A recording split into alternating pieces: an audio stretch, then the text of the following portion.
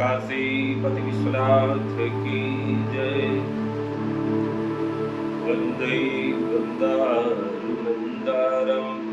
विंदभूषणनंदनम् अमन्दानन्दसन्दूरं मन्दिरं सिन्धुराननम्। मन्दारमाला कुलतालकायै कपालमाला कृतशेखराय व्याङ्गरायै च दिगम्बराय नमः शिवायै च नमः शिवाय। काशीपति विश्वनाथ की जय। आज परम पावन पर्व है श्री हरतालिका व्रत कथा। हरतालिका व्रत, इसी को किसी किसी देश में तीजा भी कहा जाता है, किसी जगह पर तृतीया, भाद्रपद की तृतीया कहा जाता है। ये सौभाग्य प्राप्त करने वाला व्रत है, भगवान शिव की भक्ति को सिद्ध करने वाला व्रत है। और ये व्रत ऐसा भी है जिसमें पति पत्नी के स्नेह के बारे में विस्तार से बताया है कि पति पत्नी का जो स्नेह है दीर्घ काल अनंत काल तक कैसे चल सकता है, ये बताने वाली व्रत और उसकी कथा का नाम हरतालिका व्रत कथा है। ये भगवान शंकर और पार्वती जी दोनों, आइए हम हरतालिका व्रत कथा आरंभ करते हैं। भगवान शिव और पार्वती दोनों ही हिमालय पर्वत की श्रृंखला में विराजमान है, कैलाश पर्वत पर विराजमान है। और उस कैलाश पर्वत में पर पार्वती जी को अपने सौभाग्य का आनंद होता है कि मैं भगवान शिव की अर्धांगिनी हूं। तो इस उल्लास और आनंद के जब हुआ तो पार्वती जी भगवान शिव से प्रश्न करने लगती हैं। पार्वती जी कहती हैं कि हे प्रभु, ये बताइए कि मैंने पूर्व जन्म में ऐसा कौन सा व्रत किया था, ऐसा कौन सा अनुष्ठान किया था, ऐसी कौन सी तपस्या की जिस कारण से आप मुझे पति रूप में प्राप्त हुए। ये कथा सूत जी सुना रहे हैं सौनकादि 88,000 ऋषियों को। और सूत जी कहते कि कैलाश शिखरिरम में गौरी प्रचति शंकरम गुह्याद गुह्यम तरम गुह्यम कथयस्व मनीषरा। मैंने कौन सा ऐसा गुप्त व्रत किया जिसके कारण आप मुझे पति रूप में प्राप्त हुए। तब भगवान शंकर कहते हैं, हे देवी, पार्वती जी के वचनों को सुन करके भगवान शिव कहने लगते हैं, भाद्रपद मासे सिद्धे पक्षे तृतीया हस्त संयुता तदानुष्ठान मात्र सर्वपापै प्रणश्यति। हे देवी पार्वती, भादों के महीने में शुक्ल पक्ष में जो तृतीया तिथि होती है, जब वो हस्त नक्षत्र से संयुक्त हो, ऐसे परम पावन पर्व भादों के महीने में शुक्ल पक्ष में तृतीया के दिन जब हस्त नक्षत्र से एक पावन बेला तैयार होती है, उस पावन बेला में का व्रत करने पर और बड़े बड़े पाप जाकर के नष्ट हो जाते हैं, प्रारब्ध नष्ट हो जाते हैं और उस व्रत के परिणाम स्वरूप एक सुंदर प्रारब्ध की उत्पत्ति होती है। हे देवी, उसी व्रत को तुमने पूर्व काल में किया था, उसका पूरा वृत्तांत में तुमको विस्तार से बताता हूं। हे देवी, पूर्व काल में हिमालय पर्वत पर तुमने इसी व्रत को किया था, इसीलिए हे देवी हम तुमको पति रूप में प्राप्त हुए हैं। पार्वती जी पूछ लगी, हे स्वामी, मैंने किस प्रकार से हरतालिका तीजा व्रत को किया था, ये वृत्तांत में सुनना चाहता हूँ। भगवान शिव कहते, देवी, हिमालय नाम का एक पर्वत है, वो पर्वत नाना प्रकार के वृक्षों से आच्छादित है, वो पर्वत बर्फ से ढका हुआ है। उस पर्वत पर नाना प्रकार के पक्षी, वर्ग सिद्ध, गंधर्व, देवता चारण गायन करते हुए रमण किया करते हैं। वह पर्वत स्फटिक इत्यादि विशिष्ट रत्नों से विभूषित है। गंगा जी उस पर्वत के से जाकर के निकलती है। पार्वती तुम यथा बाले स्वाचरन्ति तपः परम अब्द द्वादशतम देवी धूम्रपान मधुमुखी। वहां पर हे देवी, तुमने बाल्य अवस्था में घनघोर तपस्या की थी। तो कोई कुछ समय के लिए नहीं, बहुत दीर्घ काल के लिए। भगवान शिव कहते देवी वहां पर तुमने 12,000 वर्ष अधोमुख होकर के और केवल धूम्रपान लेकर के तपस्या की। संवत्सर चतुष्षष्टि पूर्णासम कृतम माघ मासे जले मग्ना वैशाखी जो सेवनम। 64 वर्ष पके पत्ते खाकर के तपस्या की।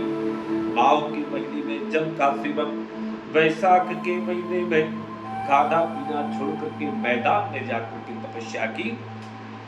ऐसा घनघोर तप पार्वती ने भगवान शंकर की प्राप्ति के लिए भगवान शिव की प्रसन्नता के हेतु किया। ये कथा का वृत्तांत बताता है कि पत्नी को यदि पति का प्रेम चाहिए, हमेशा का सहयोग चाहिए तो उसे पार्वती जैसा समर्पण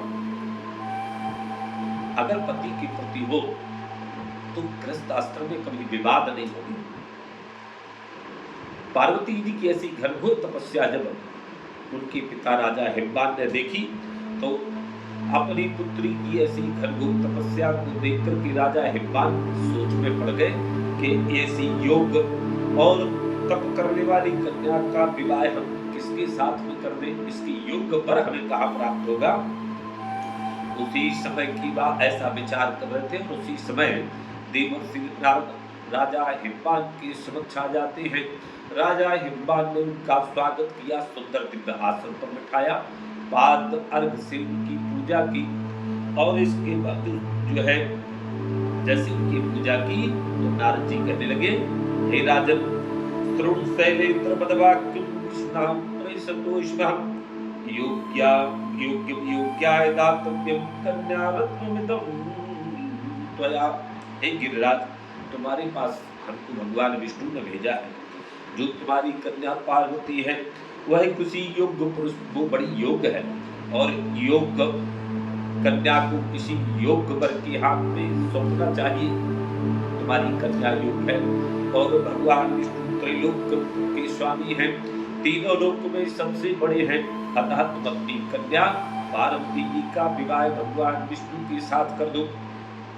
नारद जी के वचनों को सुनकर के राजा हिमवान कहने लगे, मेरे अहोभाग्य, जो श्रीमन्नारायण हमारी कन्या का हाथ मांगते हैं और आप आए हैं तो मैं इसी समय वाग्दान करता हूँ कि मैं अपनी कन्या का विवाह श्रीमन्नारायण के साथ में करूंगा। ऐसा विवाह निश्चित होगा। और देवर्षि नारद वहां से चले जाते हैं, भगवान विष्णु के पास आ गए, बोले प्रभु अब आप तैयारी करिए, आपका विवाह निश्चित हो चुका है। यहाँ पर राजा हिमवान मारी प्रसन्नता के अपनी पुत्री से कहने लगे, पुत्री तेरे बड़े भाग हैं जो त्रैलोक्याधिपति श्रीमान नारायण स्वयं तुम्हारा हाथ मांगते हैं। और तो हमारे पास उन्होंने नारद जी को इसी परिप्रेक्ष्य में भेजा था, उन्होंने तुम्हारा हाथ मांगा है। बेटी मैं धन दूंगा, मैं तुम्हारा हाथ श्रीमन्नारायण के हाथों में सौंप करके कृतार्थ हो जाऊंगा। ऐसे पिता के वचनों को सुन करके और जो है पार्वती जी अपनी सखी, एक सखी थी पार्वती जी की जिसका नाम था तालिका। तालिका सखी के घर पर जाकर के रोने लगती है। उस समय तालिका सखी रोने का कारण पूछने लगी, किमर्थ दुखता देवी कथयत समागता यतो भविष्याति सुखम तत्करिष्ये न संशया। मैं तुम्हारी मित्र हूँ, सहेली हूँ, तुम्हारी शुभचिंतक हूँ, तुम्हारा अच्छा करने वाली तुम्हारी सहेली हूँ। तुम्हारे दुख का कारण क्या है? अपने दुख का कारण बताओ, मैं उस दुख के कारण का निवारण करूंगी। जैसे तुम्हें सुख होगा मैं वो प्रयास करूंगी। उस समय पार्वती जी कहने लगी, हे सखी, हमारी इच्छा और संकल्प है कि महादेव जी को मैं अपना पति बनाऊं और वो मेरे जन्म जन्मांतर के पति हैं। अनेक जन्मों से उनको प्राप्त करने के लिए मैं तपस्या कर रही हूँ, परंतु मेरे पिता ने मेरा विवाह श्रीमन्नारायण के साथ निश्चित कर दिया है। मेरी प्रीति महादेव जी के साथ है, इसलिए मैं अपने शरीर को त्याग दूंगी। पार्वती जी के वचनों को सुनकर के तालिका सखी कहने लगी, सखी हम तुमको ऐसे घने जंगल में ले जाएंगे जहां पर भी तुम्हारे पिताजी तुमको नहीं ढूंढ पाएंगे। इत्येव संवितं कृत्वा नीता साचा महद्वनम पिता रक्षामासिंबास्तु ग्रहे ग्रहे। इस प्रकार से विचार करके भगवान शंकर कह रहे हैं पार्वती, इस प्रकार की सम्मति करके तुम तुम्हारी सखी तालिका एक घने जंगल में तुमको ले गई। यहाँ पर तुम्हारे पिता ने तुमको घर में ना पा करके घर घर ढूंढने लगते हैं। विचार करने लगे हमारी पुत्री को देवता राक्षस न जाने कौन हरण कर ले गया। अब मैं श्रीमन नारायण को क्या जवाब दूंगा। यहाँ पर तुम और तालिका सखी दोनों घने वन में घूमती हुई एक नदी के किनारे पहुंच गई। वहां पर एक गुफा को देखकर के दोनों जनी उसमें प्रवेश कर गई। उस समय भादों का महीना था, शुक्ल पक्ष चल रहा था, तृतीया तिथि थी और उसी दिन हस्त नक्षत्र था। इस हस्त नक्षत्र के संयुक्त हो जाने से उसी दिन पार्वती जी ने महादेव की शिवलिंग की स्थापना की और उसका विधिवत पूजन किया। रात्रि भर गीत गाते हुए जागरण किया। तब व्रत के प्रभाव से भगवान शिव का आसन हिलने लगा। ये कथा आज की सभी नारियों के लिए बड़ी शिक्षाप्रद है। यदि नारियों का कोई अभीष्ट है और पूरी पवित्रता के साथ वो उनको चाहती है या पति की प्रीति चाहती है, तो वो अपने त्याग और तपस्या से कैसा भी पति हो अपने अनुकूल बना सकती, उसका स्नेह प्राप्त कर सकती है। परंतु कैसे? इसके लिए उनको पार्वती जैसी त्याग, तपस्या, लगन, निष्ठा की आवश्यकता है। अब देखो भगवान भोलेनाथ त्रैलोक के अधिपति है, तीनों लोकों के स्वामी हैं और उनका दरबार तो ऐसा है जो 24 घंटे खुले रहता है। कोई रात के 2 बजे भी उनके मंदिर में पहुंच जाता है, 3 बजे पहुंच जाता है, सुबह पहुंच जाता है, दिन में, दोपहर में। अन्य देवताओं के यहाँ ऐसा नहीं है। उनके यहाँ गर्भगृह में दोपहर में 12 बजे द्वार बंद हो जाते हैं, पर भगवान शिव के यहाँ ऐसा नहीं है। उनका दरबार 24 घंटे चलता है। ऐसे व्यस्त तब देवादिदेव भी अपनी पार्वती के द्वारा कृत निष्ठा और पवित्र तपस्या के कारण उनका भी आसन हिलने लगा। और जैसे आसन हिला वो शिव जी अपने कैलाश पर्वत को छोड़ करके और पार्वती जी के पास आकर के कहने लगे। श्री शिववाच, भगवान शिव कहते हैं, प्रसन्नोऽस्मि मया प्रोक्तम ब्रह्मगृह वरानने। हे देवी, मैं तुम्हारी तपस्या से प्रसन्न हूँ, वरदान मांग लो, तुम्हें क्या चाहिए। उस समय पार्वती जी कहती, यदि देव प्रसन्नोऽस्मि भरतापम महेश्वरा। हे देव, यदि आप मेरे ऊपर प्रसन्न हैं तो आप ही हमारे पति हो गए। भगवान शंकर एवमस्तु कह करके ऐसा ही होगा वरदान देकर के वहां से चले जाते हैं। यहाँ पर प्रातः काल होते ही पार्वती जी ने नदी में उस शिवलिंग का विसर्जन किया।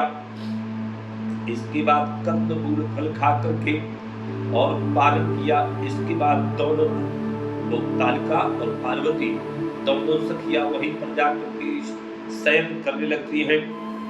उसी समय राजा हिम्मान पार्वती जी को ढूंढते ढूंढते उसी कंदरा में जाकर के आ जाते हैं। देखा कि पार्वती जी सो रही है, सोते हुए से जगा लिया। वन में आने का कारण पूछ लेते हैं। तब पार्वती जी कहती है, हे पिता महाराज, हमारी जन्म जन्मांतर की प्रीति कोई इस जन्म की नहीं, कोई आसक्ति बस नहीं। ये हमारे जो हमारे इष्ट हैं वो हमारे सर्वस्व हैं, उन्हीं के लिए हमने जीवन लिया है, वही मेरी सर्वस्व है। मेरी प्रीति भगवान महादेव पर है और आप मेरा विवाह श्रीमन नारायण के साथ कर रहे थे, इसलिए मैं यहाँ पर चली आई। यदि आप मेरा विवाह महादेव देवादिदेव महादेव के साथ करने की प्रतिज्ञा करें तो मैं आपके साथ चलूं। तब आश्वासन देकर के राजा हिम्मान अपनी पुत्री पार्वती को अपने घर पर ले आए और बड़े धूमधाम के साथ में शिव और पार्वती जी का विवाह संपन्न हुआ। तब पार्वती जी इतना वृत्तांत सुनकर के आश्चर्यचकित हो गई। आनंदित हो गई। हे देवादिदेव, आपने हमारे ऊपर बड़ी कृपा की, जो आप हमारी तपस्या और निष्ठा से प्रभावित होकर के आपने प्रभु मुझको अंगीकृत कर दिया। अब मैं ये आगे का वृत्तांत सुनना चाहती हूँ, ताकि और भी आने वाली जो स्त्रियां हैं वो अपने अभिष्ट की सिद्धि के लिए, अपने पति के कल्याण के लिए, अपने पारिवारिक जीवन के कल्याण के लिए उस व्रत को करके उसका लाभ उठा सकें। तो आप इस हरतालिका तीजा व्रत का विधान हमको बताइए। तब भगवान शिव कहते, हे देवी, भादों के महीने में शुक्ल पक्ष में जो तृतीया पड़ती है, उस हस्त नक्षत्र हो, उस दिन अनेक रंगों के वस्त्रों से बेष्टित कर बड़ा सुंदर मंडप बनावे। उसमें पार्वती सहित बालू या मिट्टी की मूर्ति स्थापित करें। गंध पुष्प धूप दीप नैवेद्य अपनी क्षमता के अनुसार शिव और पार्वती जी का विवाह करें। नाना प्रकार के फलों को अर्पण करें। सौभाग्य हेतु शंकर पार्वती जी को वस्त्राभूषण प्रदान करें। इसके बाद वो संपूर्ण सामग्री ब्राह्मण के निमित्त संकल्प कर दे। इसके बाद रात्रि भर गीत गाते हुए जागरण करें। जिसको जो अभीष्ट हो, जो शिव जी का कीर्तन करता हो, जो स्तोत्र पढ़ता हो, जो उसके मन में भगवान शिव की निष्ठा पूर्वक जो भी उनकी स्तुति गान हो, चाहे वो कीर्तन के रूप में हो, चाहे वो नमः शिवाय के रूप में हो, किसी मंत्र के रूप में हो, किसी श्लोक स्तुति के रूप में हो, उसको रात्रि भर गीत गाते हुए जागरण करें। और प्रातः काल हाथ जोड़ करके नमस्कार करें। हे त्रिशूलधारी महाकाल शांत स्वरूप, मेरा आपको नमस्कार है। इसके बाद माता पार्वती जी को प्रणाम करें। हे माता शिवा स्वरूपा सिद्धवाहिनी, आपको मेरा प्रणाम है। आप मुझे सौभाग्य एवं संपत्ति प्रदान करो। इस प्रकार जो स्त्रियां इस व्रत को प्रेम पूर्वक, निष्ठा पूर्वक और पवित्रता के साथ करती हैं, वो इस लोक में धन पुत्र से सुखी होकर के पारिवारिक जीवन को सुख पूर्वक भोग करके अंत में भगवान शिव की कृपा से शिवलोक को प्राप्त होती है। और जो स्त्रियां इस दिन व्रत में इस व्रत को बड़ी पवित्रता के साथ करना चाहिए, इसमें प्रमाद ना हो, अपवित्रता ना हो। कोशिश करना चाहिए कि अपवित्रता से ये इस व्रत में अपवित्रता ना होने पाए, क्योंकि आगे लिखा हुआ है, अन्नहारात सुक्रीशात फलभक्षिणं बरकटि जलोका जलपानिन क्षीराहारिण सर्पणे मांसाहारी भवित व्याघ्रे मार्जारी दधिवक्षणा। अर्थात जो स्त्रियां इस दिन अन्न खाती हैं वो जाकर की सुक्री होती हैं। फल खाने वाली स्त्रियां बदरिया होती हैं। जो स्त्रियां इस दिन जल पीती वो जौंक होती हैं। और जो दूध पीती हैं वो जाकर के सर्पणी हुआ करती हैं। जो मांस खाती हैं वो बाघिन होती हैं। और जो दही खाती हैं उनको बिलैया की योनि में जन्म मिलता है। जो मिष्ठान खाती है वो चींटी होती है। और जो सभी कुछ खाती है वो मक्खी हुआ करती हैं। और जो इस दिन जो स्त्रियां सोती वो अजगरी सर्प हुआ करती हैं। जो पति के साथ छल करती हैं उनको मुर्गी की योनि में जन्म लेना पड़ता है। और जो स्त्रियां पति से लड़ती हैं वो अगले जन्म में छछूंदर हुआ करती हैं। इसलिए इस व्रत को बड़ी पवित्रता के साथ करना चाहिए। ये वृत्तांत कहने की आवश्यकता क्यों पड़ी? ये इसलिए पड़ी कि पति पत्नी अलग अलग नहीं है, दोनों एक हैं। पर गृहस्थाश्रम में पवित्रता रहे, यदि पवित्रता पूर्वक रहे तो वो गृहस्थाश्रम भगवान शिव और पार्वती जी जैसा होता है। हरतालिका व्रत करने वाली माताओं का जो जीवन होता है वो शंकर और पार्वती जैसा पवित्र होता है। पर अभी एक सौभाग्य प्राप्ति वाला एक व्रत और चला है जिसका नाम करवा चौथ है। उस दिन भर व्रत करने के बाद माताएं अपने पति से, जिनके पास है वो तो स्वेच्छा से देते हैं, जिनके पास नहीं है रूठ करके और तमाम प्रकार से प्रयास करते हैं कि हम पति से धन प्राप्त करें, उपहार प्राप्त करें, ये उनका अधिकार है। लेकिन व्रत के माध्यम से ये सब करना, ये भारतीय संस्कृति का पर्व नहीं है। हमारे यहाँ भारतीय संस्कृति में नारियों के लिए अपने परिवार के कल्याण की कामना से जो व्रत बताए हैं, उनमें बड़ी पवित्रता होती है। तो पवित्रता का जो परिणाम होता है वो सुंदर आता है। और आज वर्तमान में हरतालिका व्रत बहुत कम माताएं रखती हैं, ये चिंता का विषय है। और उसकी जगह पर करवा चौथ का विस्तार हो गया। करवा चौथ के लिए भी मना नहीं है, पर एक तो ये अप्रमाणिक व्रत है और दूसरे इसमें अपवित्रता का प्रचार और प्रसार बहुत है, बड़ी आलोचना भी होती है। और मुझे तो ये दृष्टिगोचर होता है, जब से करवा चौथ आई है तब से पारिवारिक न्यायालयों में इतने पारिवारिक वाद विक्रय हो गए हैं कि अब तो परिवार नाम की संस्था, पति पत्नी का जो स्नेह है वो खतरे में पड़ गया है। इसलिए आप सभी माताओं से विनम्र अनुरोध है कि हरतालिका व्रत आवश्यक रूप से रहें, पूरी पवित्रता के साथ करें। भगवान शिव आप पर, आपके पूरे परिवार पर कृपा करें।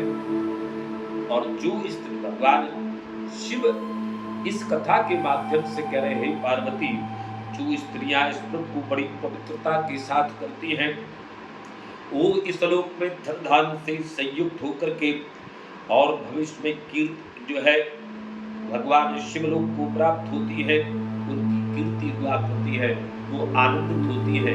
अंत में हम भी भगवान शिव से प्रार्थना करेंगे, जो माताएं इस व्रत को करती हैं उनकी सभी मनोकामनाएं पूर्ण करें।